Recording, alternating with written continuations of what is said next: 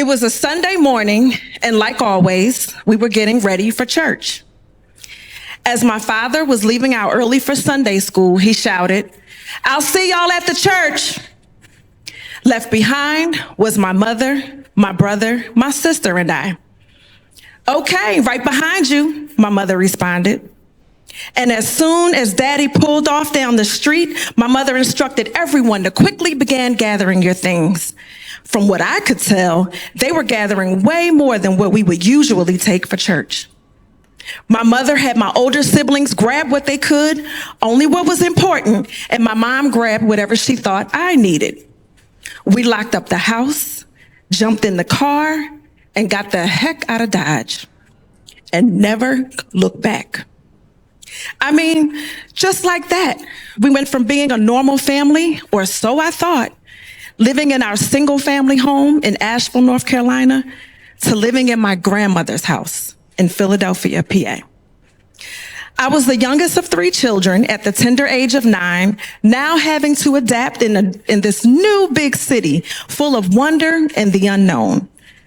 Now, speaking of the unknown, does anybody care to explain to little old me what's going on? Because I'm confused. I mean, church, now we're in Philly at grandmom's house, and where are all my favorite toys? I mean, in the midst of all that, who knew that that would be the last time I would ever see my father, the provider, the witty jokester, the disciplinarian, who, if you got out of line, would greatly grab his trusty dusty discolored leather belt he called the helper. Woo! I for sure would not miss that thing. But I'd never again see him as the head of our home or as a tangible member of our family circle. He was now a distant co-parent that we would visit with and meet at family functions as much as we could. Because I was the youngest, I was often shielded when it came to the issues of my father. However, as years passed and many family discussions later, I was able to piece together and fully comprehend what had truly happened during that time. It was then that I would appreciate just how incredible my mother really was. What courage and strength it took to leave a situation in which you feared for your life and the lives of your children. That would also be my first understanding of the impact that mental illness would not only have on my father, but on my family. It would prove to be a disorderly conduct that would rear its ugly head in my family for years and generations to come. But as for Mama, she was a tough cookie. My mom decided she had had enough of my father's uncontrollable manic behaviors. She had to now take control of her destiny, put her faith in God, and embark on a new life's journey with her 3 kids in tow. My mother always instilled in me those qualities and values in life that would shape and mold me as a woman. Always carry yourself like a lady, eh? Be an independent woman, strong, a go-getter, hardworking, humble. And those were all great. But I was always intrigued by a side of her she possessed that she could show better than she could tell. It was her fierceness, her boldness, her creative mind, uniqueness, and sass. It was her silent flex, like an alter ego. And it made her powerful and fearless.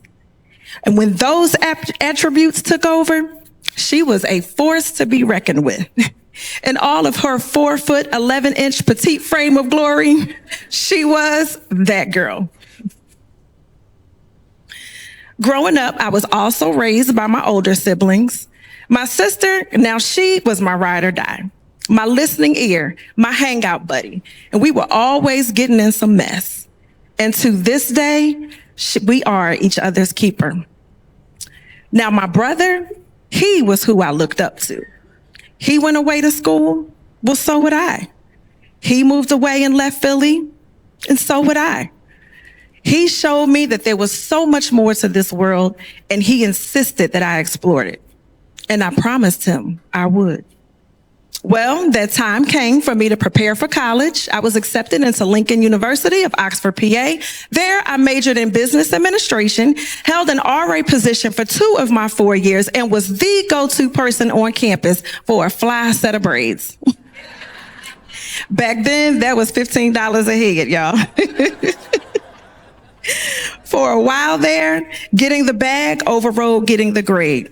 But I eventually was able to find a healthy balance between the two. I mean, hair was my thing. Since I was a little girl, I had probably chopped my bangs 6 weeks from Sunday. And that's about how many spankings I got for it, too. At the age of 12, I began building a clientele full of family, friends, and church members. But it was actually during my college years, though, that I truly owned my passion for styling hair, understanding that this wasn't just a hobby or a side hustle, but a gift from God and the ability to make a difference in the lives of others. It was also during that time that I gave birth to my firstborn son, my why, my heartbeat, my purpose. I'll never forget those times he stayed on campus with me while my girlfriends and I would alternate watching him between classes. He solidified all my hopes and dreams and the determination to achieve them. With the love and support of my tribe, I was able to continue my college education on campus and graduate with my degree in business administration. Afterwards, I would go on to get licensed in the field of cosmetology and begin my illustrious career as an artist, a therapist, scientist, miracle worker, magician, transformer, style creating, mind reading, finger waving, hair cutting, reality checking, confidence builder, life coach, problem solver, and all while embodying professionalism, patience, compassion, and lots of prayer. Lots and lots of prayer.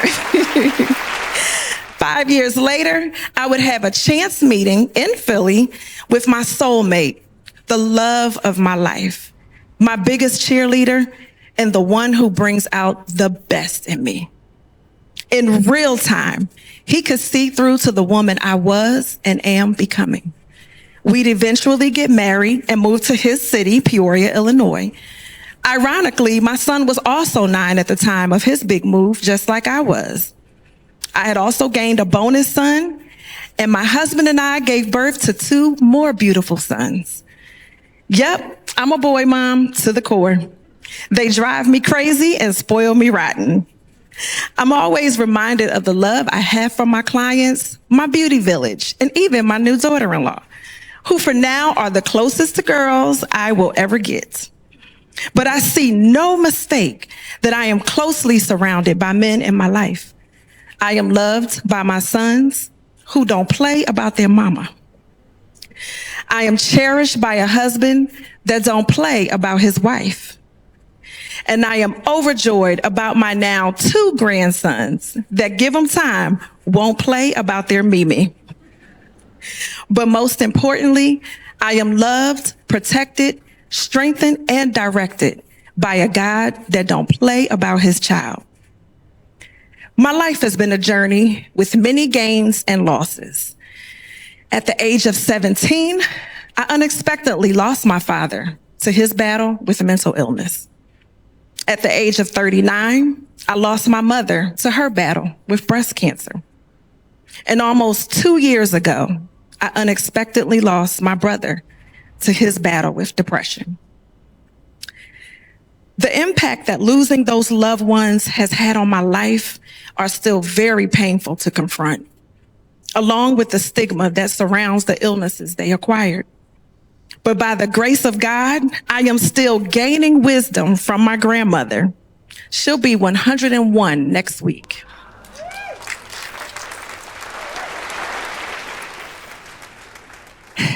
It's almost been 6 years since Mom passed, leaving a huge void in my heart. The year my mother transitioned, I would often reflect on her legacy, all that she was and what she meant to me. Her strength, bravery, and boldness was a reflection of the woman she was and the woman she had to become for her children.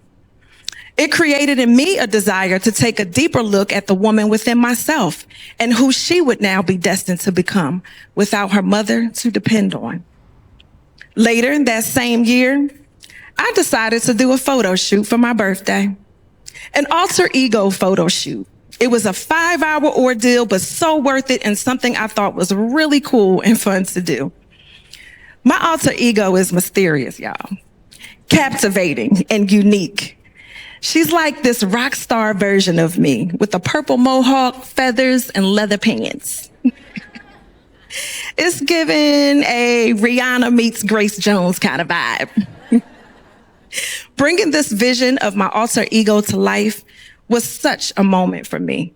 But the problem was, I couldn't quite put a name to her. Occasionally, I pull the pictures out just as a reminder of all they represent, but still, no name. This was really bothering me because putting a name to something gives it an identity. So girl, who are you? I later decided to hang the photos up in my salon. Again, just as a reminder of how fierce and powerful I am. But yet and still, no name. So when given this platform, the time had come to confront my alter ego, understand what she truly represents, and capture the essence of this powerful presence within me. What I do know about her is she is the fire that ignites my soul when I feel lost. She is the voice that speaks when I am silent. And she is the courage that carries me through when I feel like I'm not enough. Much like all the things I depended on my mother for. My mother? My angel watching over me? But still my heart. Oh, could it be? She's all that you instilled in me. All that I inspire to be day by day, what motivates me. Notice how the end of every line says, be me. Well, for as long as I live, unapologetically. But the question was asked, who is she? Why, she is who's always been inside of me. With all her badass boldness and fabulosity. Now I get it, mama. Now I see. And now I can take control of my alter ego, Miss Destiny.